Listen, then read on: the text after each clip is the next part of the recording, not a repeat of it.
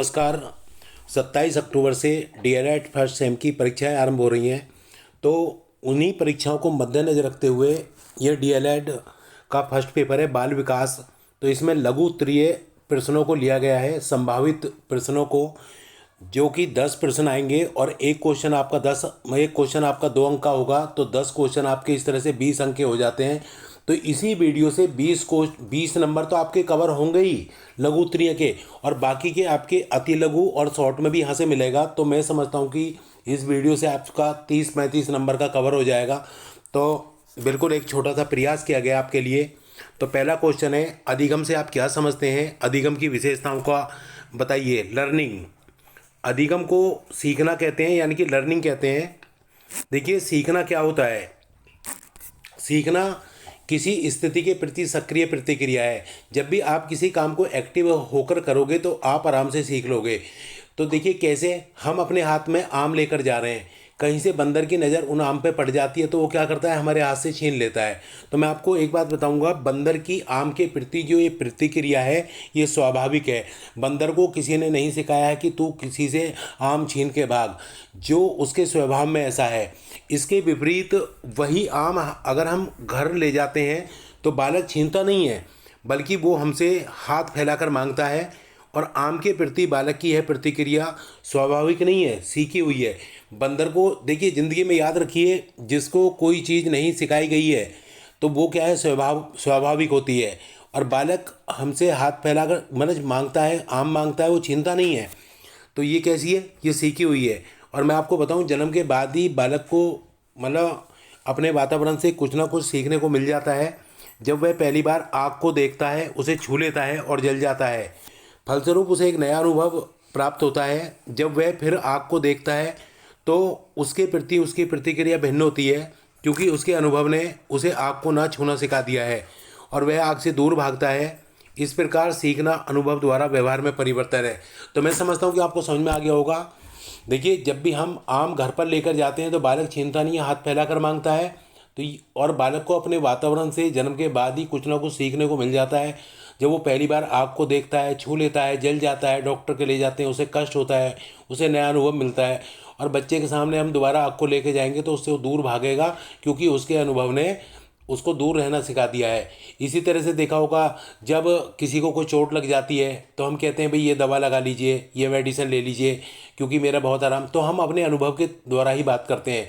तो इसका मतलब क्या होता है, लर्निंग क्या होता है, अनुभव द्वारा व्यवहार में परिवर्तन ही सीखना है। तो एक वुडवर्थ थे, उन्होंने एक बात कही थी, नवीन ज्ञान और नवीन प्रतिक्रियाओं को प्राप्त करने की प्रक्रिया सीखने की प्रक्रिया है। इसी तरह से गेट्स और अन्य, इन्होंने कहा था सीखना अनुभव और प्रशिक्षण द्वारा व्यवहार में परिवर्तन है, यानी कि चेंज ऑफ बिहेवियर। उसके बाद देखिए, सीखने की विशेषताएं। जो सीखना होता है संपूर्ण जीवन चलता है। सीखना परिवर्तन है, इसका क्या मतलब है, हम दूसरों को देखकर अपने आप को चेंज कर लेते हैं। सीखना सार्वभौमिक है, यूनिवर्सल है। इसका मतलब है कि केवल मनुष्य ही नहीं सीखता, संसार के सभी कीड़े मकोड़े जीव जंतु भी सीखते हैं। सीखना विकास है, इसका मतलब ये है कि हम दूसरों को देखकर खुद का भी विकास करते हैं कि हमें ऐसा करना चाहिए। सीखना अनुकूलन है, यानी कि हम वातावरण के साथ अगर अनुकूलन करेंगे तो सीखेंगे। सीखना कोई नया कार्य करना है। देखिए, नया कार्य करना तभी होता है जब वो काम दोबारा से किया जाए। जैसे कि हमने पहले कभी अपने जीवन में घर बनाया होगा, तो हम दोबारा से घर बनाएंगे तो क्या कहेंगे, भाई इस बार ये कमी नहीं छोड़नी है, इस बार दूसरे तरीके से। तो यानी कि सीखना कोई नया कार्य करना है। नया कार्य का मतलब वो तभी होगा जब वो काम फिर से किया जाए। सीखना उद्देश्यपूर्ण है, यानी कि हमारा उद्देश्य जितना अधिक प्रबल होगा, सीखना उतना ही आसान होगा। जैसे कल आपकी परीक्षा है डीएलएड की, तो जितना आपका उद्देश्य प्रबल होगा उतना ही अच्छा आप पेपर करोगे। देखिए, सीखना विवेकपूर्ण है, जिस काम में बुद्धि का यूज किया जाता है उस काम को हम आसानी से सीख लेते हैं। तो मैं समझता हूँ कि आपको लर्निंग समझ में आ गया होगा। सीखना क्या होता है, बहुत ही सिंपल लैंग्वेज में मैंने बताने की कोशिश की है। आप इसी तरह से लिख के आइए, बहुत अच्छा कर पाओगे। उसके बाद देखिए, दूसरा क्वेश्चन है, सीखने के वक्र से आप क्या समझते हो, उनके विभिन्न प्रकारों का उल्लेख कीजिए। देखो, सीखने का वक्र क्या होता है, देखिए, प्राय देखने में आता है जब कोई व्यक्ति किसी कार्य को सीखना अथवा करता है तो उसके सीखने अथवा कार्य करने की गति हमेशा एक समान नहीं रहती है। देखिए, जब भी तुम कोई काम सीखोगे तो आपकी गति एक जैसी नहीं रहती है। तो उसके सीखने की गति कभी तेज होगी, कभी मध्यमी होगी, और कभी बहुत ही मंदी हो जाती है। ठीक है, तो इसी प्रकार व्यक्ति कुछ कौशलों में तो बहुत जल्दी दक्ष हो जाता है, कुछ कौशलों को सीखने में उसे बहुत कठिनाई आती है, और या वह उन्हें बिल्कुल भी नहीं सीख पाता है। ये बिल्कुल आप जानते हैं, बिल्कुल दैनिक जीवन से जुड़ी हुई बातें हैं। तो जैसे कार चलाना, टाइपिंग आदि, यदि सीखने की इस गति को एक ग्राफ पेपर पर अंकित किया जाए तो एक वक्र प्राप्त होता है, जो व्यक्ति के सीखने की गति में उन्नति अवनति का द्योतक होती है। इस वक्र रेखा को ही अधिगम वक्र कहते हैं। तो आप समझ गए होंगे, ज़िंदगी में जो भी आप काम करते हो, कभी आप अच्छे से सीख लेते हो बहुत जल्दी, कभी देर में सीख पाते हो, कभी मन नहीं लगता, तो इसको हम ग्राफ पेपर पर अंकित कर लेते हैं। ठीक है, तो मतलब ग्राफ पेपर पर क्या कि हमारा ये हमने प्रोग्रेस की, ये हमने मतलब कम सीखा या ज़्यादा सीखा, तो यही हमारा जो है वक्र होता है, सीखने का वक्र, लर्निंग कर्व होता है। तो एक मनोवैज्ञानिक थे गेट्स, इन्होंने एक बात कही थी, सीखने के वक्र अभ्यास द्वारा सीखने की मात्रा, गति और प्रगति की सीमा को ग्राफ पर प्रदर्शित करते हैं। तो मैं समझता हूँ कि आपको अच्छे से समझ में आ गया होगा। रटिए मत ना बिल्कुल चीज़ों को, यानी कि आप जीवन में कुछ सीखते हो, बहुत जल्दी सीख लेते हो, कभी मंदे सीखते हो, कभी सीखने में मन नहीं होता, उसी को हम ग्राफ पेपर पर अंकित कर लेते हैं। तो मैं समझ उसी ग्राफ पेपर पर उसकी प्रोग्रेस को, उसकी अवनति को हम दर्शाते हैं, वही हमारा जो है लर्निंग कर्व होता है। तो जो वक्र होते हैं वो 4 प्रकार के होते हैं। तो देखिए, पहला है आपका सरल रेखीय वक्र, यानी कि स्ट्रेट लाइन कर्व। इस प्रकार का वक्र वो होता है, इसमें सीखने की गति हमेशा लगातार बढ़ते क्रम में होती है। देखो कैसे, ये लगातार बढ़ते हुए क्रम में होती है, ऐसा कम देखने को मिलता है। इसमें ऐसा देखिए, आप भी अपने जीवन में लगातार कभी नहीं सीखोगे, बिल्कुल लगातार नहीं सीखते, हम भी गैप ले लेते हैं। जैसे कोई भी आपकी अब परीक्षा है तो आप बहुत सारा पढ़ रहे हो, परीक्षा होने के बाद आपका कोई मतलब नहीं रहेगा। तो इसका सरल रेखीय वक्र का क्या मतलब होता है, इसमें सीखने की प्रगति लगातार बढ़ते क्रम में व्यक्त करता है। ऐसा बहुत ही कम देखने को मिलता है, एक आध कोई चांस मिलता है कि कोई इस तरह से मतलब अपना काम कर रहा है। दूसरा है आपका उन्नतोदर वक्र, यानी कि कॉन्वेक्स कर्व। इसमें क्या होता है, इस प्रकार के वक्र में प्रारंभ में सीखने की गति तीव्र होती है और बाद में धीरे धीरे कम हो जाती है।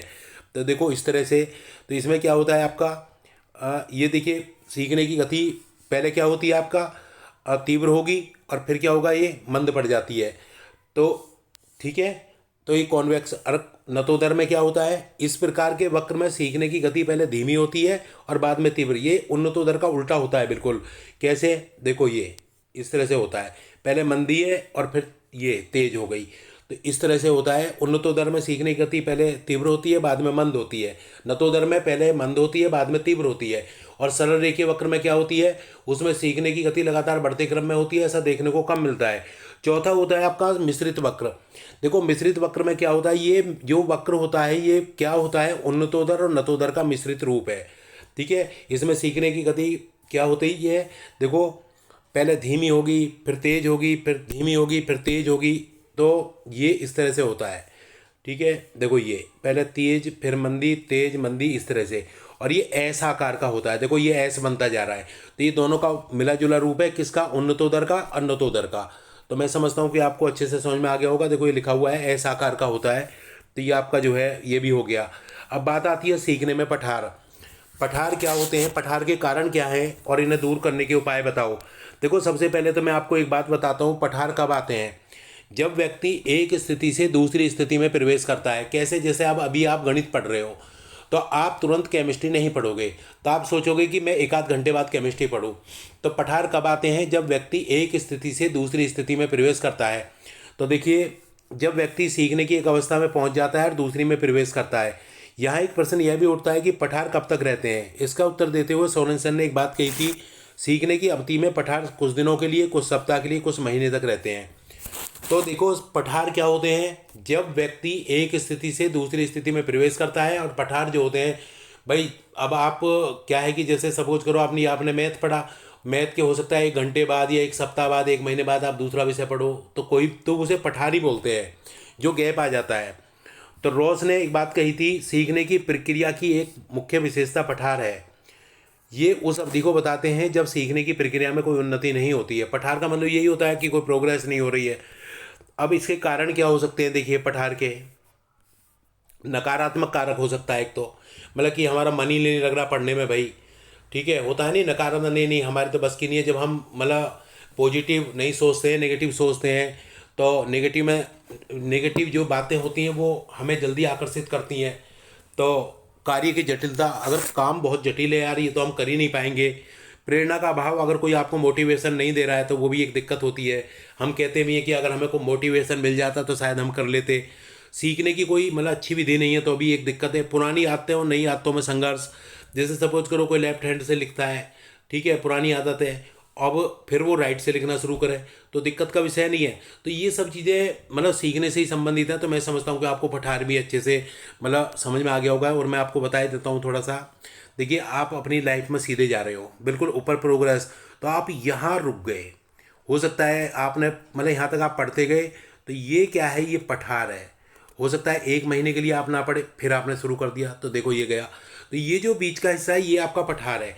यानी कि आप कुछ भी काम कर रहे थे तो आप मतलब प्रोग्रेस करते जा रहे थे, फिर आप यहाँ पठार आ गया, ठीक है, रुक गए आप 1 दिन के लिए, घंटे के लिए, महीने भर के लिए, मिनट के लिए, कुछ भी, फिर आपने शुरू कर दिया। तो ये पठार होता है जब व्यक्ति एक स्थिति से दूसरी स्थिति में प्रवेश करता है। तो ये सब चीज़ें आपके जीवन से जुड़ी हुई बातें हैं। तो मैं समझता हूँ कि समझ में आ गया होगा। इसको समाप्त करने के उपाय क्या हो सकते हैं? प्रेरणा एवं रुचि के अभाव में पठार उत्पन्न हो सकते हैं, और प्रयोज्य को पूरी रुचि के साथ कार्य करना चाहिए। जो भी मतलब बच्चा होता है उसको अच्छे से मतलब इंटरेस्ट के साथ कार्य के प्रति तटस्थ दृष्टिकोण अपनाने पर पठार पैदा हो सकते हैं। व्यक्ति को समुचित तालमेल के आधार पर काम करना चाहिए, और थकान और अस्वस्थता भी पठार में सहायक है। इस पर नियंत्रण रखना चाहिए। अगर हमें थकान हो गई है तो थोड़ा सा मतलब ये भी दिक्कत का विषय है। उसके बाद देखिए आगे क्वेश्चन है, थार्नडाइक द्वारा प्रतिपादित सीखने के 3 मुख्य नियम लिखिए।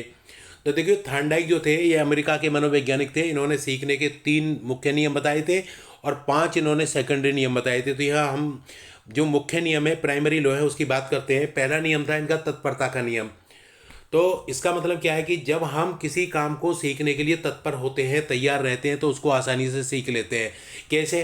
देखो, जैसे क्लास चल रही है आपकी, तो क्या होता है कि अब हम बच्चों को ज़बरदस्ती क्लास में बैठा सकते हैं। किसी जैसे बच्चा बाहर घूम रहा है क्लास के, चल भाई क्लास में बैठ, तो हम जब पढ़ाएंगे तो हमारी तरफ देखेगा भी, तो हमें ऐसा लगेगा कि वो पढ़ रहा है। परंतु क्या है कि अगर वो तैयार नहीं होगा पढ़ने के लिए तो हम उसको नहीं पढ़ा सकते।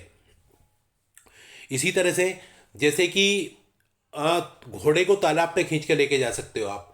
अगर वो तैयार होगा, तत्पर होगा तो पानी पिएगा, नहीं तो नहीं पिएगा। तो कहने का मतलब ये है कि तत्परता के नियम का मतलब ये होता है कि तत्परता में कार्य करने की इच्छा निहित होती है। जब हम किसी काम को मतलब करने के लिए तैयार होते हैं तो आसानी से कर लेते हैं और सीख लेते हैं। तो पहला नियम आपका यही था। दूसरा, अभ्यास का नियम। आपने एक रहीम का दोहा पढ़ा होगा, करत करत अभ्यास से जड़मत हो सुजान, रसरी आवत जाते शिल्प पड़त निशान। इसका मतलब यह है कि अभ्यास करते रहने से मूर्ख व्यक्ति भी विद्वान हो जाता है। जैसे कि पत्थर कुआं होता था ना, कुआं देखा होगा आपने, पहले कुएं में से पानी खींचते थे, तो रस्सी के बार बार आने जाने से जब मतलब निशान बन जाते थे पत्थर पर। जब एक रस्सी पत्थर पर बार बार आने जाने से निशान बना सकती है, तो उसी तरह से मूर्ख व्यक्ति भी बार बार अभ्यास करते रहने से विद्वान हो सकता है। आप जैसे कालिदास का उदाहरण ले सकते हो। कालिदास जैसे जिस डाल पे बैठे थे उसी को काट रहे थे, उसके बाद देखिए कालिदास ने मतलब क्या क्या मतलब महाकाव्य लिखे। तो यही वही बात कही है आपसे। देखिएगा, तीसरा, प्रभाव का नियम।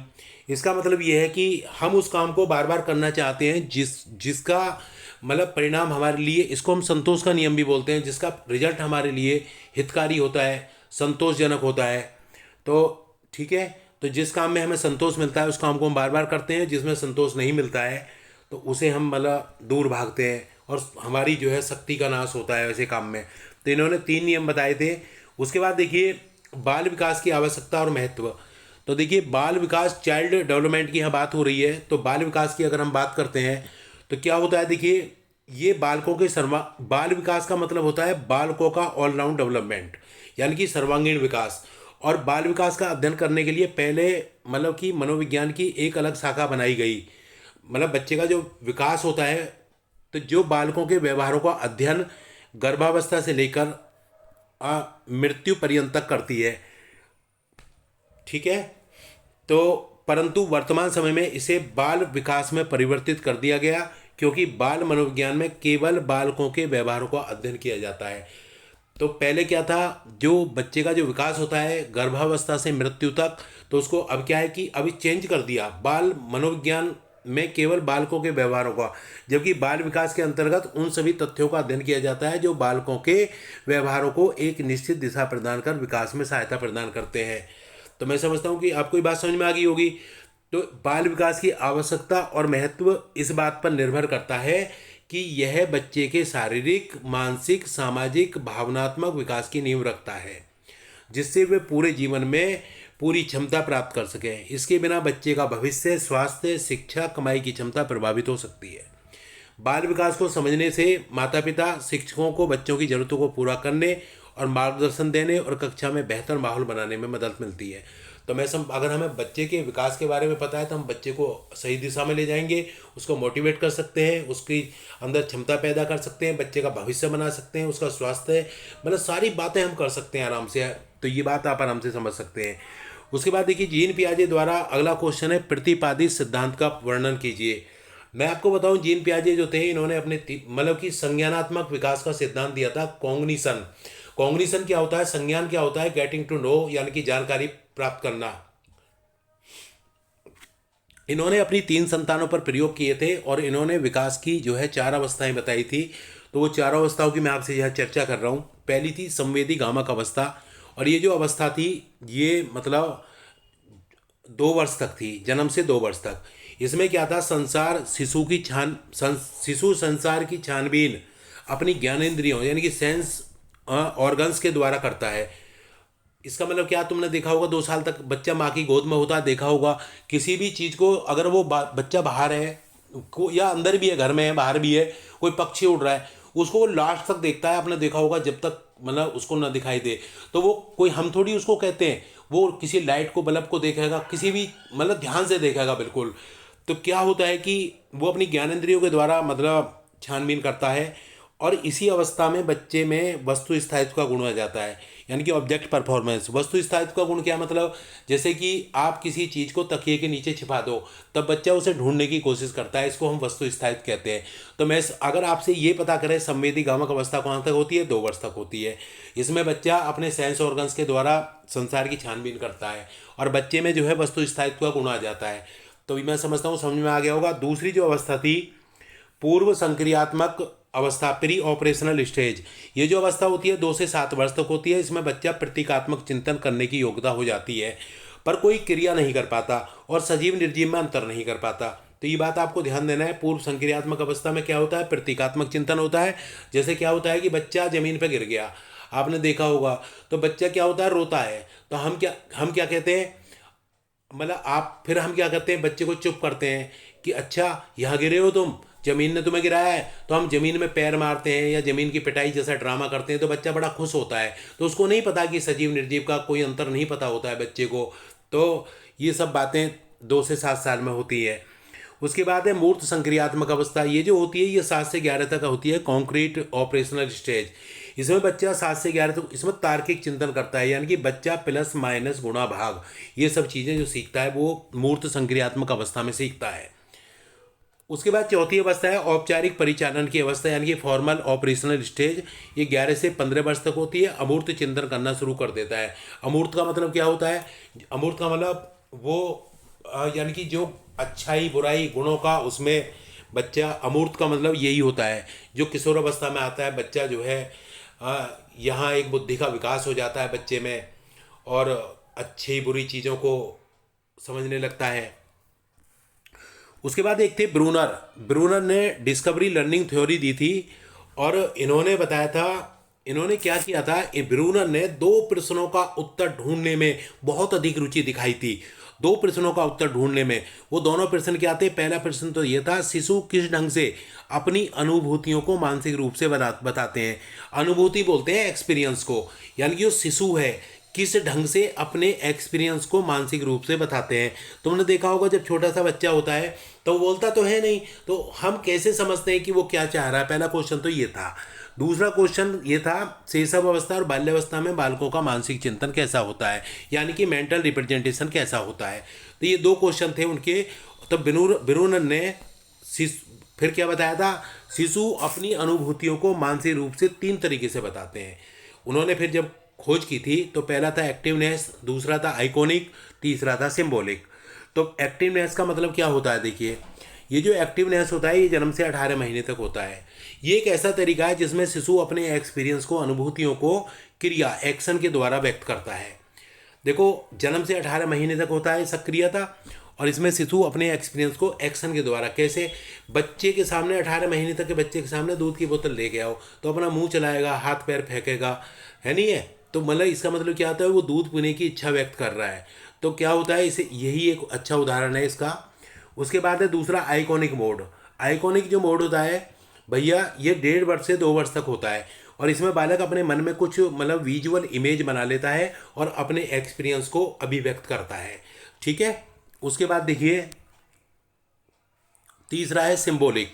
सिंबॉलिक जो होता है सीधा 7 वर्ष में आता है, और इसमें क्या होता है, इसको सिंबॉलिक को सांकेतिक बोलते हैं हिंदी में। इसमें बालक, देखो 7 साल का बच्चा है तो फिर तो बच्चा बोलना शुरू हो गया, तो भाषा के व्यवहार द्वारा अपने एक्सपीरियंस को व्यक्त करता है। तो ये ब्रूनर का था, उन्होंने 2 प्रश्नों का उत्तर ढूंढने में रुचि दिखाई थी, और उन प्रश्नों के मतलब 3 तरीके बताए उन्होंने, वो तीनों तरीके मैं आपको बता चुका हूँ। उसके बाद देखिए अभिप्रेरणा क्या होती है, मोटिवेशन क्या होता है, मैं आपको बताऊं। देखिए आपको ये मैंने मतलब 15, 16, 17 क्वेश्चन तैयार किए हैं, और आपको 10 क्वेश्चन जरूर मिल जाएंगे, मेरा ये मानना है। और बाकी ये छोटे छोटे क्वेश्चन भी, इन्हीं में से काफ़ी आपको मदद मिलेगी, और बिल्कुल कॉन्फिडेंस के साथ आपको पेपर देना है। देखिए वैसे ये बिल्कुल डीएलएड जो होता है एक तरह से पानीपत का युद्ध होता है, और आपको कॉन्फिडेंस के साथ जाना है। बिल्कुल आप वीडियो को 1-2 बार सुन लेना, तो मैं समझता हूँ कि आप बहुत अच्छा पेपर दे के आओगे, तो डरने की बिल्कुल आवश्यकता नहीं है। देखो मोटिवेशन क्या होता है, अभिप्रेरणा क्या होता है। प्रेरणा जो होता है ये लैटिन भाषा, ये मोटम से निकला है, जिसका अर्थ होता है मूव, मोटर, मोशन, यानी कि अभी, और तीनों का मतलब क्या होता है, गति। इसका मतलब क्या हुआ, अभिप्रेरणा में गति का होना अनिवार्य है। तो मैं समझता हूँ, समझ गए ना आप। तो एक मनोवैज्ञानिक थे क्रैच और क्रचफील्ड। क्रचफील्ड, तो देखो इन्होंने क्या कहा था, प्रेरणा हमारे क्यों का उत्तर देती है। प्रेरणा हमारे क्यों का उत्तर देती है, कैसे, हम किसी से प्यार क्यों करते हैं, क्यों घृणा करते हैं, छात्र सारी सारी रात क्यों पढ़ता है, किसान तपती दोपहरी में हल क्यों जोतता है। तो मतलब आप डीएलएड क्यों कर रहे हो, कहीं ना कहीं से मोटिवेट हुए, खुद से हुए, परिवार से हुए, मामा चाचा ताऊ किसी ने आपको मोटिवेट किया। तो आप क्यों कोई भी काम करते हो, क्यों करते हो, ये बात समझिए, वही मोटिवेशन है। तो शिक्षा एक जीवन पर्यंत चलने वाली प्रक्रिया है, जीवन चलते रहने का नाम है। प्रत्येक क्रिया के पीछे एक बल कार्य करता है, जिसे हम प्रेरक बल कहते हैं। प्रत्येक काम के पीछे, अब सपोज करो आप क्या है अपने कॉलेज में हो, और आपको जाना है कहाँ, पीली कोठी, तो वो प्रेरक बल ही आपको पीली कोठी भैया मुरादाबाद में, तो पीली कोठी जाना है तो वो एक प्रेरक बल ही आपको लेके जाएगा। आप कॉलेज तक आते हो, बहुत से स्टूडेंट क्लास नहीं करते, बहुत से क्लास करते हैं। जो क्लास करते हैं ना, उन्हें एक प्रेरक बल ही लेके आता है। हम कहीं भी जाएंगे तो प्रेरक बल लेके जाएगा हमें, ठीक है।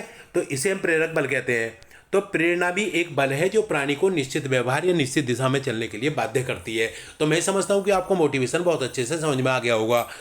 तो देखो भैया, एक मनोवैज्ञानिक थे गुड, उन्होंने कहा था प्रेरणा किसी काम को आरंभ करने, जारी रखने और नियमित रखने की प्रक्रिया है। उसके बाद देखिए प्रेरणा की विधियाँ, यहाँ एक हेडिंग बना लेना आप, प्रेरणा की विधियाँ। ये विधियाँ हैं जो मैं आपको बताने जा रहा हूँ। तो पहली है पुरस्कार और दंड, यानी कि रिवार्ड एंड पनिशमेंट। देखो इसका क्या मतलब होता है, अच्छे काम के लिए पुरस्कार दिया जाता है और गलत काम के लिए दंड दिया जाता है। तो मैं सिर्फ यही बताऊंगा आपको। देखो क्या होता है कि अगर आप बच्चे को क्लास में दंड दे रहे हो तो आपको उसका कारण भी बता देना चाहिए, क्योंकि और दंड भी उतना ही देना चाहिए जितनी बच्चे ने गलती की है। और अध्यापक को पुरस्कार और दंड देते समय पक्षपात नहीं करना चाहिए। तो ऐसा होने से बच्चे में थोड़ा घृणा हो जाती है। और होता क्या है कि जो पुरस्कार होता है वो मधुर स्मृति जोड़ता है और दंड घृणा जोड़ता है। तो इसलिए हमें पुरस्कार से ही काम चलाना चाहिए, दंड का प्रयोग हमें आवश्यकता करने पर ही करना चाहिए। उसके बाद देखिए प्रशंसा और निंदा। प्रशंसा और निंदा का क्या मतलब है, ये भी एक पुरस्कार और दंड के समान है। देखो अच्छे काम के लिए प्रशंसा की जाती है, बुरे काम के लिए निंदा की जाती है। और यहाँ भी अध्यापक को पक्षपात से बचना चाहिए। देखो अगर हम छात्र की प्रशंसा करेंगे तो वो गर्व महसूस करेगा, अगर हम निंदा करेंगे तो वो अपने साथियों के बीच मतलब एकदम से दुखी हो जाता है। तो कोई भी छात्र निंदा नहीं चाहता। अभी एक रिसर्च हुई थी तो उसमें पता चला था लड़के और लड़कियों में से निंदा का प्रभाव लड़कियों पर अधिक पड़ता है। तो ये आप मतलब ठीक है, निंदा से लड़कियां घबराती हैं। उसके बाद देखिए बुद्धि परीक्षण। तो मैं समझता हूँ कि आपको अच्छे से मोटिवेशन समझ में आ गया होगा। तो वो क्वेश्चन कर लेता है कि मोटिवेशन क्या होता है, तो इसकी विधियाँ भी बताइए। तो मैंने आपको अच्छे से, रटिए मत ना, बातों को समझिए। बुद्धि परीक्षण क्या होता है देखो, और यह कितने प्रकार का होता है। तो देखिए बुद्धि परीक्षण का मतलब क्या होता है। देखिए बुद्धि परीक्षण किसी प्रकार का कार्य या समस्या होती है जिसकी सहायता से एक व्यक्ति के मानसिक विकास के स्तर का अनुमान लगाया जा सकता है या मापन किया जा सकता है। ठीक है, तो ये मतलब क्या होता है कि अब हमें कोई भी स्टूडेंट है उसके मानसिक विकास का मतलब इसका मानसिक मेंटल डेवलपमेंट विकास का जो स्तर है, लेवल है, वो उसका हम पता कर लेते हैं इसके द्वारा। वैसे मैं आपको बताऊं, देखिए जो बुद्धि परीक्षण है इसकी शुरुआत भारत में भी हुई थी। आपने नालंदा और तक्षशिला विश्वविद्यालय सुने होंगे। यानी कि बुद्धि परीक्षण जो है शारीरिक लक्षणों के आधार पर इसकी शुरुआत हुई थी। शारीरिक लक्षणों के आधार पर कैसे हुई थी, देखिए नालंदा तक्षशिला विश्वविद्यालय का नाम सुना होगा आपने। तो वहाँ क्या था कि उनके द्वार पर पंडित बैठते थे और वो बच्चों के लक्षण देखते थे, शरीर के लक्षण, जैसे हाथ की रेखा देखना, माथे की रेखा देखना, तभी उसको कॉलेज स्कूल वहाँ एडमिशन दिया जाता था। तो अगर उसके हाथ में रेखा नहीं होती थी विद्या की तो उसको एडमिशन नहीं दिया जाता था। अब परंतु पाणिनि ने इस बात को झूठा सिद्ध कर दिया था। होता क्या है कि पाणिनि एक दिन क्लास में थे, तो उन्होंने उनसे कोई गलती हो गई तो गुरु ने उनको दंडित किया, तो उनसे हाथ फैलाने के लिए कहा। और गुरुजी ने जैसी मतलब विद्यावर्धनी डंडे का यूज किया, तो गुरुजी ने पाणिनि से क्षमा मांगी कि हे पुत्र, मैं तो आपको व्यर्थ ही पीट रहा हूँ, आपको दंडित दे रहा हूँ, क्योंकि आपके हाथ में विद्या की रेखा ही नहीं है। तो पाणिनि को कष्ट हुआ और पाणिनि ने कहा गुरुजी विद्या की रेखा कहाँ होती है। तो उन्होंने बताया कि विद्या की रेखा पुत्र यहाँ होती है। तो पाणिनि अगले दिन अपने मतलब घर गए शाम को, उन्होंने चाकू से विद्या की रेखा गुरुजी के बताए गए स्थान पर हाथ पर बना ली और अगले दिन आए, गुरुजी मेरे हाथ में ये रही विद्या की रेखा। तो उसी पाणिनि ने अष्टाध्यायी की रचना की थी। तो देखिए हम तर्क और वितर्क दोनों लेके चल रहे हैं। इसी तरह से देखिए सिकंदर था, सिकंदर के हाथ में राजयोग नहीं था, फिर भी उसने राज किया। तो मैं अब होता क्या है, जैसे मैंने आपको इंडिया की भारत की बात बताई, आपने युधिष्ठिर और यक्ष का संवाद सुना होगा। तो ये सब क्या थे, ये बुद्धि का ही परिणाम था। अब देखिए यूरोप में इसमें 18वीं शताब्दी में काम शुरू हुआ था और सबसे पहले भारत के समान वहाँ भी शारीरिक लक्षणों को बुद्धि के माप का आधार बनाया। यूरोप में भी, जैसे भारत में मैं भी जिक्र कर रहा था ना पाणिनि का, तो वहाँ भी यही आधार बनाया। और आज हम भारत में आज भी सुनते हैं छिद्र दंता किंचित मूर्खा, यानी कि छिद्रे दांतों वाला कोई कोई ही मूर्ख होता है, नहीं सारे विद्वान होते हैं। जैसे छिद्रे दांतों मतलब गैप होता है जिसके दांतों में, वो सारे विद्वान होते हैं। जैसे किसी की भौं जानते हो ना, बिरो, आई बिरो मिली हुई हों, बहुत तेज तर्रार होते हैं, परंतु आजकल कौन आई बिरो मिलने देता है, पहले ही उनको कटवा पटवा देते हैं। इसी प्रकार स्विट्जरलैंड के एक प्रसिद्ध विद्वान थे लेवेटर, उन्होंने 1772 में विभिन्न शारीरिक लक्षणों को बुद्धि का आधार घोषित किया और उस समय से बुद्धि के मापन का कार्य किसी न किसी रूप में यूरोप, यानी कि यूरोप ने खुद इंडिया से ये बातें सीखी। जैसे मैं अभी आपको बता रहा था छिद्र दंता किंचित मूर्खा, या जिसके हाथ पे मतलब, ठीक है। और 1879 में विलियम वुंट ने जर्मनी के लिप्जिग नगर में एक प्रथम मनोवैज्ञानिक प्रयोगशाला स्थापित करके बुद्धि मापन के कार्यों को वैज्ञानिक आधार प्रदान किया। और इस प्रयोगशाला में बुद्धि का माप यंत्रों की सहायता से किया जाता था। ठीक है, तो बस आपको समझ में आ गया होगा। तो बुद्धि मापन क्या होता है, किसी भी बच्चे के मानसिक विकास का स्तर हम पता करते हैं और इसकी शुरुआत शारीरिक लक्षणों के आधार पर हुई। बिल्कुल आप इसी तरह से लिख सकते हो कि नालंदा तक्षशिला विश्वविद्यालय के सामने पंडित बैठते थे द्वार पर और शारीरिक लक्षणों के आधार पर ही जो है मतलब उसका प्रवेश होता था। तो पाणिनि का भी कह सकते हैं आप आराम से। सिकंदर के बारे में बता सकते हैं कि उसके हाथ में यह राजयोग नहीं था। और भारत के समान ही, भारत से के बाद ही यूरोप में शुरू हुआ जो लेवेटर ने काम किया। और परंतु 1879 में विलियम वुंट ने एक प्रयोगशाला स्थापित की और ऐसे यंत्रों का निर्माण किया जिससे किसी भी व्यक्ति की बुद्धि को मापा जा सकता है। अब बुद्धि परीक्षाओं के प्रकार की बात कर लेते हैं। काइंड्स ऑफ इंटेलिजेंस, रटो मत बातों को। इस वीडियो को आप देखने के बाद मुझे लगता है कि आपको जरूर कहीं ना कहीं थोड़ा सा लगेगा कि हम बहुत अच्छी स्थिति में हैं। आप इस वीडियो को सुनिए आराम से, 35 नंबर तक इसी वीडियो से आपको क्वेश्चन मिल जाएंगे। तो अब देखिए काइंड्स ऑफ इंटेलिजेंस ये दो प्रकार के होते हैं, व्यक्तिगत और सामूहिक।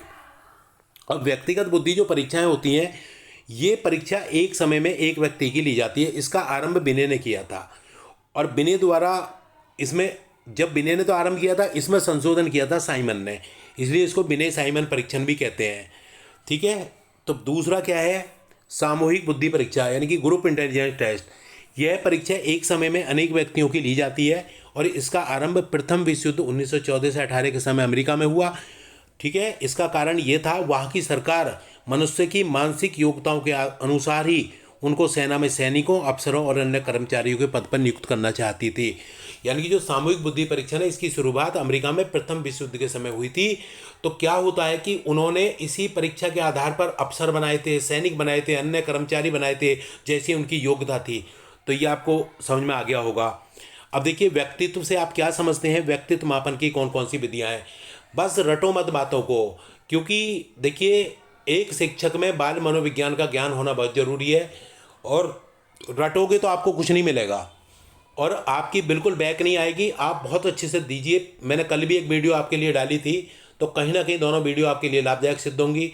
बिल्कुल घबराने की आवश्यकता नहीं है, सेल्फ कॉन्फिडेंस के साथ पेपर दीजिए और अच्छे से करिए।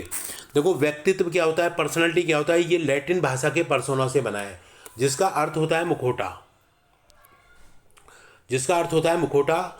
ठीक है। ग्रीक अभिनेता, यानी कि जो ग्रीक अभिनेता थे वो चरित्र के अनुसार मुखौटा पहनते थे। इसी के आधार पर व्यक्तित्व का अर्थ बाह्य रंगरूप आकार प्रकार से लिए जाने लगा। ठीक है।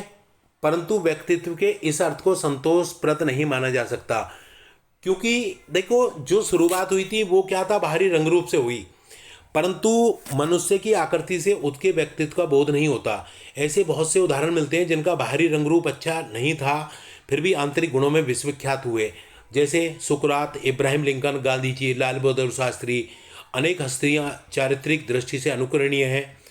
ठीक है। मैं समझता हूं कि इसका मतलब क्या हुआ, व्यक्तित्व का मतलब यह है कि बाहरी रंग रूप नहीं है, व्यक्ति के आंतरिक गुण ही व्यक्तित्व होता है।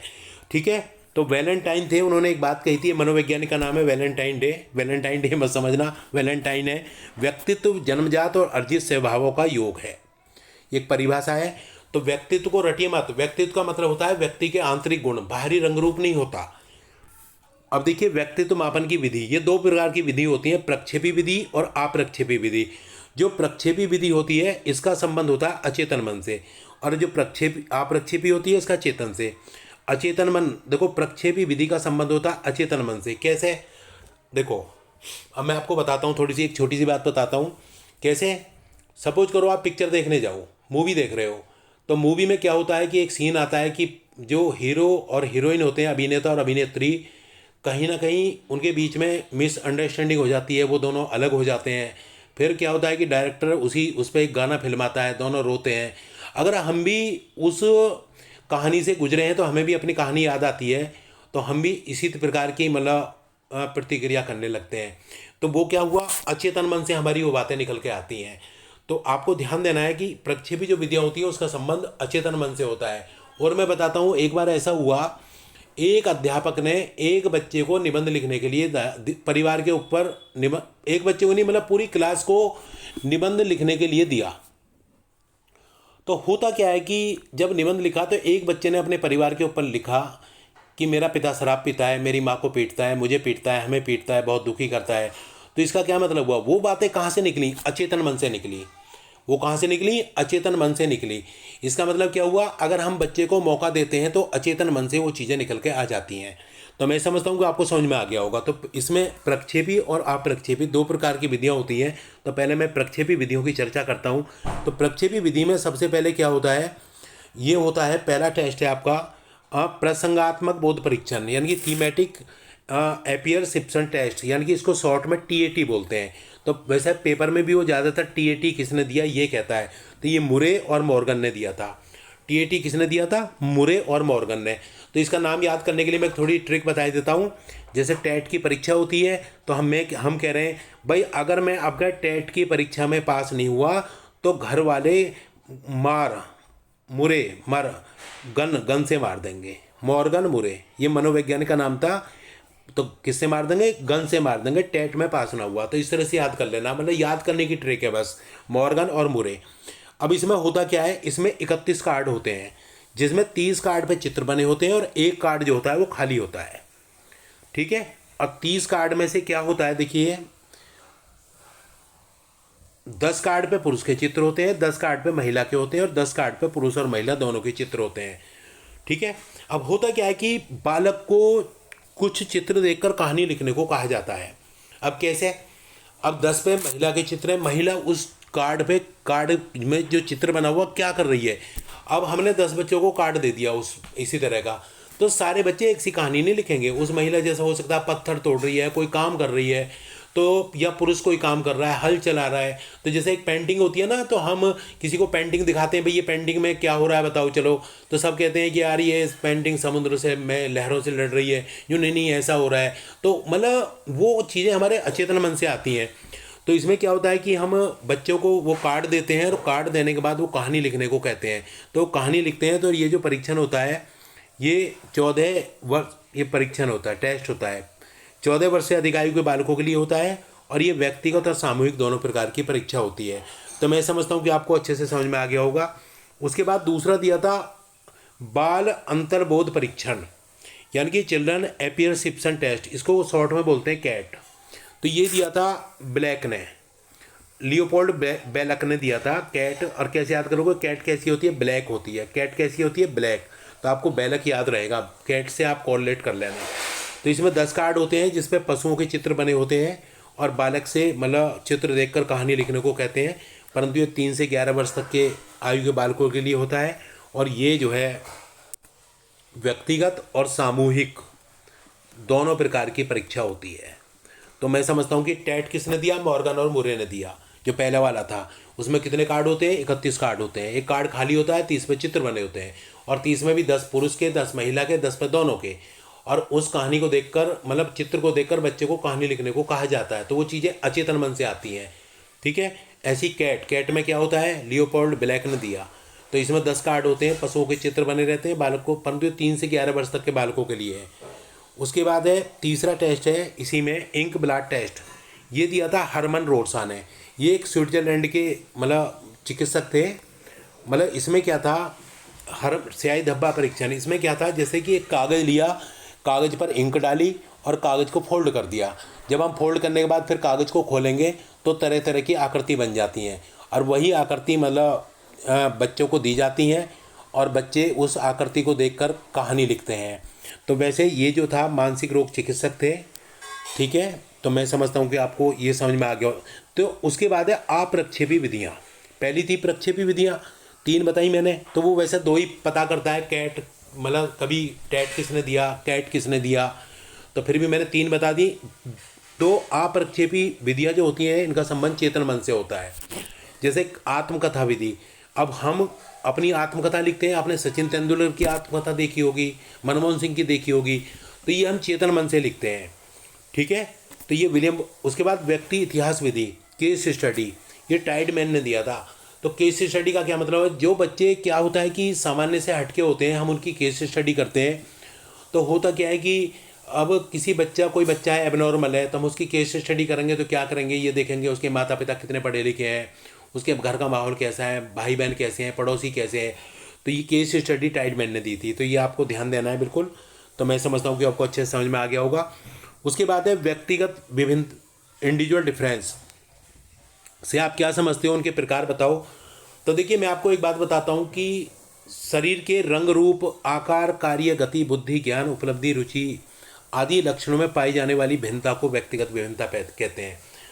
देखिए संसार में 2 व्यक्ति एक जैसे हो सकते हैं, परंतु उनके काम, बुद्धि सब अलग अलग होते हैं, वही इंडिविजुअल डिफरेंस होता है। क्लास में देखिए आपने देखा होगा, बिल्कुल इंडिविजुअल डिफरेंस होता है। अलग अलग पृष्ठभूमि के बच्चे होते हैं, कोई तेज होते हैं, माइंडेड, मतलब किसी का आईक्यू लेवल अच्छा होता है, किसी का सामान्य होता है, किसी का कम होता है। तो वही चीज़ें मैं बता रहा हूँ। बच्चा जो ट्विंस भी होंगे, शकल के एक से हो सकते हैं, सूरत के एक से हो सकते हैं, उन बच्चों में भी एक बच्चा बहुत आईक्यू हाई लेवल वाला मिलेगा और दूसरा जो है आईक्यू उसका कम मिलेगा। तो आपको क्या ध्यान देना है, शरीर के रंग, रूप, आकार, कार्य, गति, बुद्धि, ज्ञान, उपलब्धि, रुचि आदि लक्षणों में पाई जाने वाली भिन्नता को इंडिविजुअल डिफरेंस कहते हैं। अब इसके प्रकार क्या हो सकते हैं, देखिए जैसे शारीरिक भेद है, सभी देखा होगा सभी शरीर से अलग अलग होते हैं, कोई काला होता है, गोरा होता है, कोई कैसा होता है, छोटा होता है, बड़ा होता है, लंबा, ऐसे होते हैं। मानसिक योग्यता, किसी की आईक्यू लेवल अधिक होता है, किसी का कम होता है, किसी का सामान्य होता है।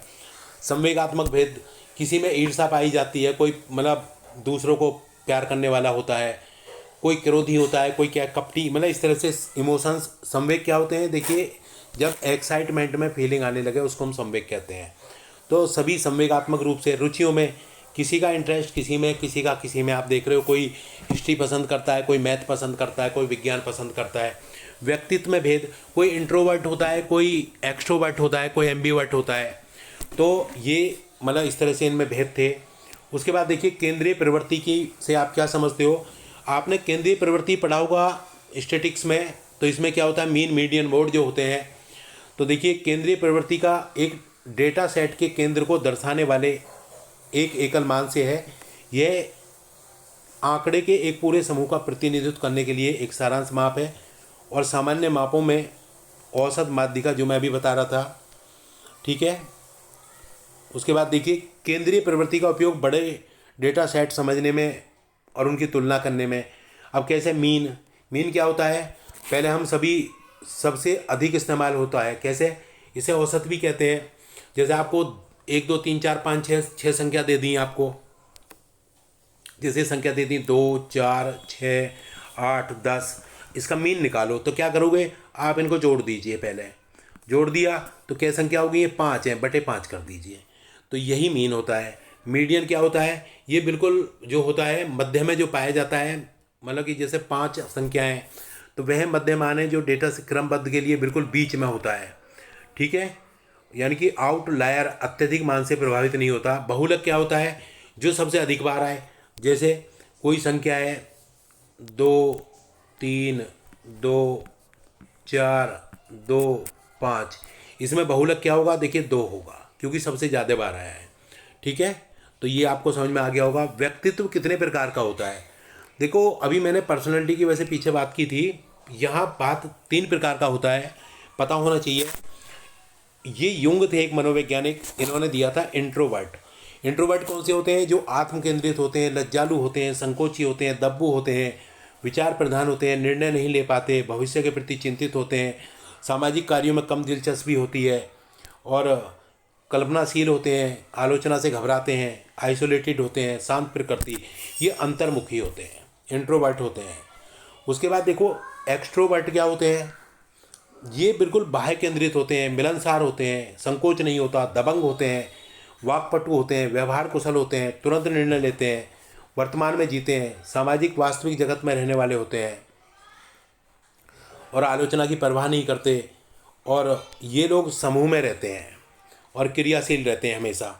उभयमुखी कौन से होते हैं, देखिए एम्बिवर्ट, ना तो ये अंतर्मुखी होते हैं ना बहिमुखी होते हैं, उन्हें ही इनमें दोनों वर्गों की विशेषताएं पाई जाती हैं। तो मैं समझता हूँ कि आपको समझ में आ गया होगा। तो इनके 2 2 4 4 लक्षण याद कर लेना, तीनों के, अंतर्मुखी, बहिमुखी और उभयमुखी। उभयमुखी में तो दोनों के लक्षण पाए जाते हैं। उसके बाद देखिए संबंध प्रतिक्रिया का सिद्धांत किसने दिया था, भैया ये दिया था पावलाव ने। तो पावलाव ने क्या काम किया था, इन्होंने अपना प्रयोग एक कुत्ते पर किया था। कुत्ते को भोजन देने से पहले ये घंटी बजाते थे, तो कुत्ते के मुंह से लार टपकने लगती थी। एक दिन इन्होंने घंटी बजाई, भोजन नहीं दिया, तब भी कुत्ते के मुंह से लार टपक रही थी, क्योंकि कुत्ते ने घंटी बजने से सीख लिया था उसे भोजन मिलेगा। कुत्ते मतलब घंटी के प्रति कुत्ते की इस प्रतिक्रिया को पावलाव ने संबंध सहज क्रिया या संबंध प्रतिक्रिया का नाम दिया, ठीक है ना। तो मैं ये समझता हूँ कि देखिए आप समझ गए।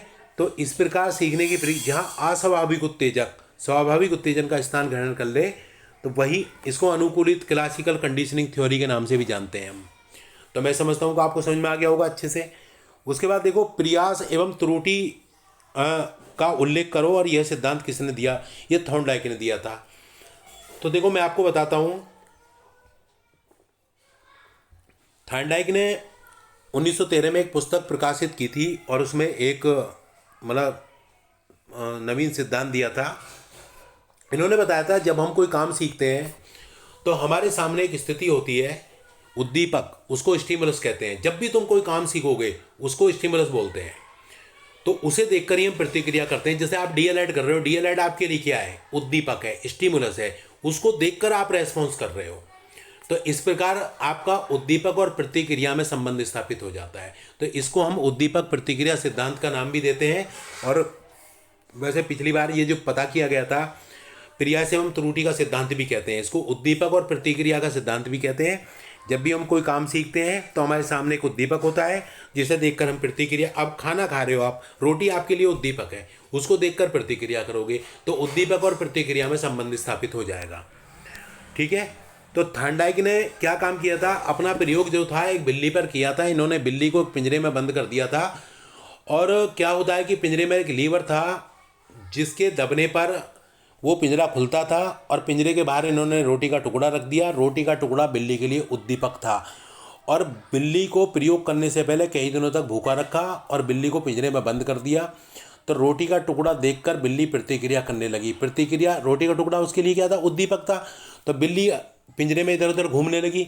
अचानक से उसका पैर एक उसी लीवर पर पड़ गया, पिंजरा खुल गया, बिल्ली ने भोजन प्राप्त कर लिया, उद्दीपक प्राप्त। ठीक है। परंतु बिल्ली को कुछ मतलब स्टार्टिंग में समझ में नहीं आया, तो थॉर्नडाइक ने इस प्रयोग को बार बार दोहराया। अंत में एक ऐसा समय आ गया, बिल्ली सीधे जाती, लीवर पर पैर रखती और पिंजरा खोल लेती, और उद्दीपक और प्रतिक्रिया में संबंध स्थापित हो गया। तो उन्होंने क्या काम किया था? देखिए, इसी प्रयोग को एसआर बाउंड, देखो वही बताया मैंने आपको।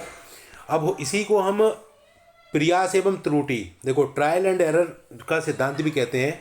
होता क्या है कि जब हम किसी काम को सीखते हैं तो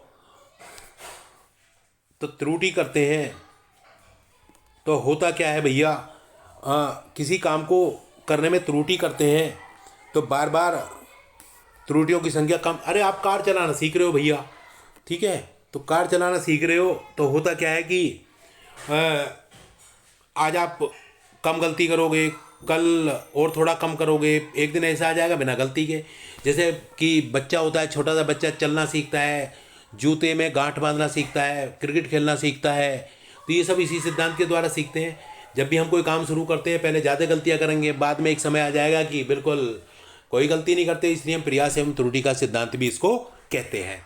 इमेजिनेशन, कल्पना से क्या समझते हो? देखो कभी कभी भैया हम इमेजिनेशन तो सभी करते हैं, चाहे उम्र कोई भी हो, कि मैं ऐसा होता, मैं वैसा होता। सड़क पर निकल जाओ तो एक कार हो, बड़ी सी कार हो, थार हो, स्कॉर्पियो हो, एक्सयूवी हो, जो भी हो जिसकी पसंद है, तो उसी हिसाब से हम सोचते हैं कि मतलब यार एक नया मकान हो, सुंदर हो, आलीशान हो, ये हो, 10-20 नौकर हो, बैंक बैलेंस हो।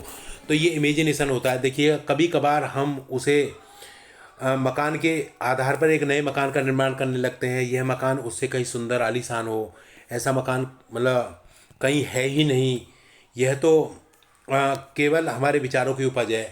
बात समझ गए ना? तो होता क्या है कि अप्रत्यक्ष बातों के संबंध में इस प्रकार विचार करने को ही कल्पना कहते हैं। भाई जो हम मतलब जिसको हमने देखा ही नहीं, हम बस अप्रत्यक्ष, हमारे सामने नहीं है, बैठे हैं, इमेजिनेशन कर रहे हैं, लेटे हैं चारपाई पे तो सोच रहे हैं, तो यार ऐसा हो वैसा हो, ठीक है। तो जो अप्रत्यक्ष, बस रटो मत बातों को, उसी को मैं, अतः कल्पना एक चेतन और आश्चर्यजनक मानसिक प्रक्रिया है जिसमें हम अपने पिछले अनुभव के आधार पर कोई नई वस्तु का निर्माण करते हैं। ठीक है। तो हम कल्पना या कल्पना करने की उचित परिभाषा अप्रत्यक्ष बातों के संबंध में विचार करने के रूप में कर सकते हैं। मतलब अप्रत्यक्ष वही है जो हमारे सामने नहीं है। ये मैकडूगल ने कहा था। मैकडूगल एक मनोवैज्ञानिक थे। तो कल्पना का इन्होंने वर्गीकरण किया, देखिए 4 प्रकार से किया था। पुनरुत्पादक यानी कि रिप्रोडक्टिव कल्पना, इस कल्पना में हमारे पूर्व अनुभव इमेज के रूप में हमारे समक्ष उपस्थित होते हैं, समझ गया ना। और इस कल्पना का दूसरा नाम स्मृति है। तो आपको रिप्रोडक्टिव का मतलब समझ गया, जो हमारे प्री एक्सपीरियंस थे या कोई इमेजेस थी वो हमारे सामने उपस्थित होते हैं। ठीक है। दूसरा बताया था इन्होंने प्रोडक्टिव, इसमें क्या था, कल्पना, इस कल्पना में हम पूर्व अनुभव को आधार बनाकर उसमें कुछ नया पैदा करते हैं। देखो रिप्रोडक्टिव का तो यह था कि जो पीछे हो गया ऐसे ही हमारे सामने आ रहा है, वो उसको हम मेमोरी कहते हैं। और प्रोडक्टिव का मतलब जो पुराना था उसमें कुछ नया जोड़ दिया हमने। और कंस्ट्रक्ट, ये क्या होता है, कंस्ट्रक्टिव का मतलब क्या होता है, देखिए रचनात्मक का क्या मतलब होता है, इस कल्पना का प्रयोग किसी भौतिक वस्तु की रचना के लिए किया जाता है, जैसे पुल, बांध, मकान। ठीक है, तो मैं समझ, रटो मत, चीज़ें आपको समझ में आ जाएंगी। क्रिएटिविटी, इस ये इसमें क्या होता है, इस कल्पना का प्रयोग किसी अभौतिक वस्तु की रचना, जैसे कविता, नाटक, मतलब होता नहीं है, पिक्चर बन रही है तो वो क्या होता है बताइए, मतलब ऐसी बातें होती हैं उसमें लिखे हुए रहते हैं कि इसके पात्र मतलब काल्पनिक, ये घटना काल्पनिक है, ये है वो है, देखा होगा आपने। तो भैया आप अच्छे से करिए, पेपर अच्छे से कर आओगे। देखो स्मृति विस्मृति में क्या अंतर है, मेमोरी क्या होता है, देखिए दोनों अलग अलग प्रक्रिया होती है। स्मृति में जानकारी को याद रखने की क्षमता होती है, जबकि विस्मृति में भूल जाते हैं। सिंपल सी बात है। स्मृति एक सकारात्मक और संज्ञानात्मक क्षमता है जो अनुभव, ज्ञान और कौशल को संग्रहित करने में मदद करती है। और विस्मृति क्या होती है, सीखी हुई जानकारी को याद करने में विफलता, जो सीख लिया उसे भूल गए, एक सामान्य प्रक्रिया हो सकती है। विस्मृति ये भैया काम नहीं है, ये कम है। विस्मृति कम करने के उपाय, तो इसको कैसे कम करेंगे, देखो पूरे पाठ का स्मरण करो, बालक का स्मरण करने में ध्यान होना चाहिए, अधिक समय तक स्मरण करने पर विचार करो, पाठ को रिवीजन करो बार बार, तो इस तरह से विस्मृति। ठीक है, उसके बाद देखिए क्रिएटिविटी, सृजनात्मकता क्या है। देखो क्रिएटिविटी क्या होती है कि जो हमारे पास उपलब्ध साधन है उनमें से नई वस्तु को जन्म देना ही क्रिएटिविटी होता है। उपलब्ध साधनों में से नई वस्तु को जन्म देना ही क्रिएटिविटी होता है। तो यही बताया मैंने इसमें जो है। ठीक है, सृजनात्मकता मौलिकता है, यानी कि ये क्या होती है, ओरिजिनली होती है, और ये किसी भी प्रकार की क्रिया में घटित होती है। अब इसके एलिमेंट क्या हैं, देखो 4 एलिमेंट होते हैं जो गिलफोर्ड ने बताए थे। पहले मैं आपको क्रिएटिविटी समझ गए, जैसे आपके पास जो भी उपलब्ध साधन है उसमें से कोई नई वस्तु को जन्म देना। जैसे हमारे पास बहुत सारा लकड़ी तो उसमें से मेज बना ली, कुर्सी बना ली, या पुरानी वस्तुएं होती हैं, जैसे पहले होता था घर में पुरानी साड़ी होती थी, उनमें से हम पर्दे बना लेते थे, या कुछ बहुत सारी चीज़ें बना लेते थे, वही क्रिएटिविटी थी। उपलब्ध साधनों में से नई वस्तु को जन्म देना, नई वस्तु को या अनजानी वस्तु को जन्म देना। तो ये इसके 4 एलिमेंट है, गिलफोर्ड ने बताए थे। तत्कालिक स्थिति से परे जाने की योग्यता, इसका मतलब क्या होता है, जो व्यक्ति वर्तमान से हटकर आगे की सोचता है उसे उसमें क्रिएटिविटी पाई जाती है। ठीक है, तो यही था कि वर्तमान स्थिति से, तत्कालिक स्थिति से परे जाने की योग्यता, जो व्यक्ति वर्तमान परिस्थिति से हटकर आगे की सोचता है। दूसरा है समस्या की पुनर्व्याख्या, यानी कि री एक्सप्लेनेशन ऑफ प्रॉब्लम। तो एक सृजनात्मकता का एक तत्व है, समस्या की पुनर्व्याख्या है। जैसे वकील, अध्यापक या नेता वो अपने ढंग से व्याख्या करते हैं ना। जैसे होता है कि कोई चीज़ समझ में नहीं आ रही, टीचर क्या करेगा, उसको री एक्सप्लेन करेगा अपने तरीके से। ठीक है, तो इनमें सब में क्रिएटिविटी पाई जाती है। एडजस्टमेंट, जो बालक या व्यक्ति असामान्य किंतु मतलब वो एडजस्टमेंट कर लेते हैं। अब तुम किसी के घर रह रहे हो, जा रहे हो, वहाँ आपने एडजस्टमेंट कर लिया, लड़की की शादी हो गई, ससुराल गई तो वहाँ एडजस्टमेंट कर लिया, तो क्या होता है, तो वो क्रिएटिविटी है उसके अंदर। अन्यों के विचारों में परिवर्तन, ऐसा देखिए बहुत से लोग ऐसे होते हैं जो अपने तर्क चिंतन के द्वारा दूसरों के मतलब विचारों में परिवर्तन कर देते हैं, उनमें भी क्रिएटिविटी पाई जाती है। तो मैं समझता हूँ कि आपको अच्छे से समझ में आ गया होगा भैया। और अंतिम प्रश्न है सूझ या अंतर्दृष्टि का सिद्धांत। देखो 3 दोस्त थे, वर्दीमर, कॉफका और कोहलर।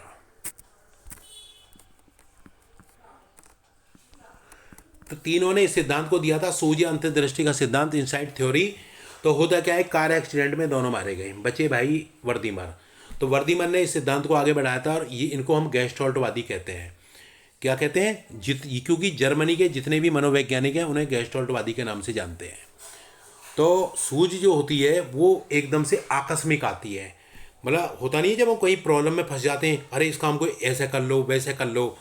तो होता क्या है कि कोहलर ने अपना जो प्रयोग था एक मतलब सुल्तान पर किया था, जिस सुल्तान मतलब चिंपैंजी नाम था उसका, चिंपैंजी का नाम सुल्तान था, चिंपैंजी पर किया था जिसका नाम सुल्तान था। उन्होंने सुल्तान को एक कमरे में बंद कर दिया और कमरे की छत पर केले लटका दिए। सुल्तान को भी भूखा रखा गया, मतलब कि ताकि प्रयोग जल्दी हो सके। तो केले इतनी ऊंचाई पर थे कि सुल्तान अगर उछल कर केले ले तो उसको केले हाथ ना लगें। तो चिंपैंजी सुल्तान था वनमानुस। तो होता क्या है कि कमरे में 3-4 बॉक्स डाल दिए, तो सुल्तान प्रयोग शुरू किया गया। सुल्तान ने उछलकर केले लेने का प्रयास किया, उसको केले हाथ नहीं लगे। तो फिर थोड़ी देर वो बैठ गया तो उसको एकदम से दिमाग में माइंड में आइडिया आया कि बॉक्स को खींच के केले के नीचे ले गया। तो केले के नीचे बॉक्स ले गया, बॉक्स पे चढ़ा, उछलकर उसने केले प्राप्त कर लिए। तो सुल्तान के इन कार्यों से सिद्ध हुआ कि उसमें सूझ थी कि जो उसने अपने मतलब लक्ष्य को प्राप्त कर लिया। तो मैं सिर्फ आपसे एक ही बात कहूँगा, देखो भैया, मतलब हमारी सफलता का, आप जितने भी बड़े बड़े देखिए, आपने वैज्ञानिक देखे होंगे, नेता देखे होंगे, इनकी सफलता का आधार सूझ ही होती है। तो सूझ के कारण ही हम आईएएस पीसीआई टीचर या जो भी कुछ बनते हैं बन जाते हैं। तो ये एक छोटा सा मेरा प्रयास था आपके लिए। मैं समझता हूँ कि आपको बहुत अच्छे से समझ में आ गया होगा। बिल्कुल डरने की ज़रूरत नहीं है, आपकी किसी भी तरह से बैक नहीं आएगी। आप इस वीडियो को अच्छे से सुन लीजिए, 2-3 बार सुन लीजिए। मैंने बिल्कुल सिंपल लैंग्वेज में बताया है, समझाया है आपको। 2-3 बार में सब कुछ समझ में आ जाएगा। और पहला पेपर यही है आपका, बिल्कुल आपका बहुत अच्छा पेपर जाएगा। और जो मेरी दूसरी वाली वीडियो है ना, जब पहले वाले का ब्रेक हो तो एक बार उस वीडियो को खाना कुछ खाते खाते सुन लेना, उसी में काम हो जाएगा, पढ़ने की ज़रूरत नहीं है। तो मेरी आप सभी को बहुत बहुत शुभकामनाएं, आपका पेपर बहुत अच्छा जाए, आपका दिन शुभ हो। तो भाई, अगर आपको वीडियो अच्छा लगा हो तो एक लाइक कर देना,